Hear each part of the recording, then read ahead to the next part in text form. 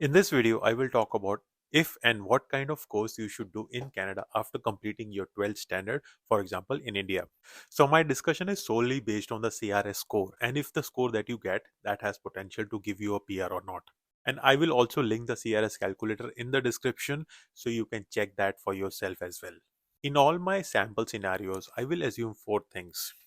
Number one, you will get IELTS score of 877 in LRWS section. Number two, that there is no gap after your 12th completion and you started your Canadian studies immediately after your 12th. Number three, the Canadian experience you gain will be of a knock code that is qualified as skilled work in the right category. And finally, number four, that the cutoff of the CRS doesn't increase drastically and hopefully it comes down from the current cutoff of around 500. So, scenario one. Let's say you completed your 12th at the age of 18 years and you have applied for a 1 year certificate course which gives you 1 year work permit, which means your age will be 20 when you calculate the CRS, which comes out at 417. This is nowhere close to getting a PR in the general draw. Scenario 2. Let's say you did a 2 year certificate course which gets you a 3 years work permit. And in that case, your score at the age of 23 is 461. A PR is maybe possible either if the CRS cutoff comes down or if you can learn French and give French test and get a good score in that test, in which case your score could go even more than 500. Scenario 3. Now let's say instead of a 2 year certificate course, you did a proper bachelor's degree, which is usually 3 to 4 years. So let's say it's a 4 year computer science bachelor's degree, and then you get 3 years of work permit, which means at age 25, your score will be 498.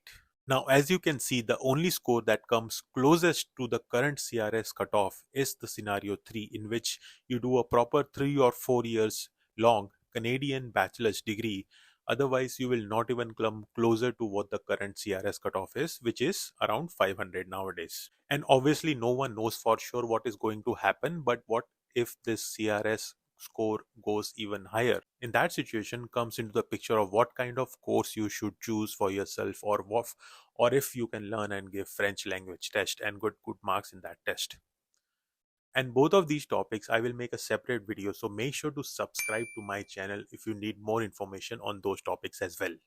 So in conclusion, generally, at least in my opinion, it makes sense to go for a 3 to 4 years bachelor's degree program that can get you closer to the 500 CRS score, and definitely not a 1 year program if you just passed your 12th standard for the general draw.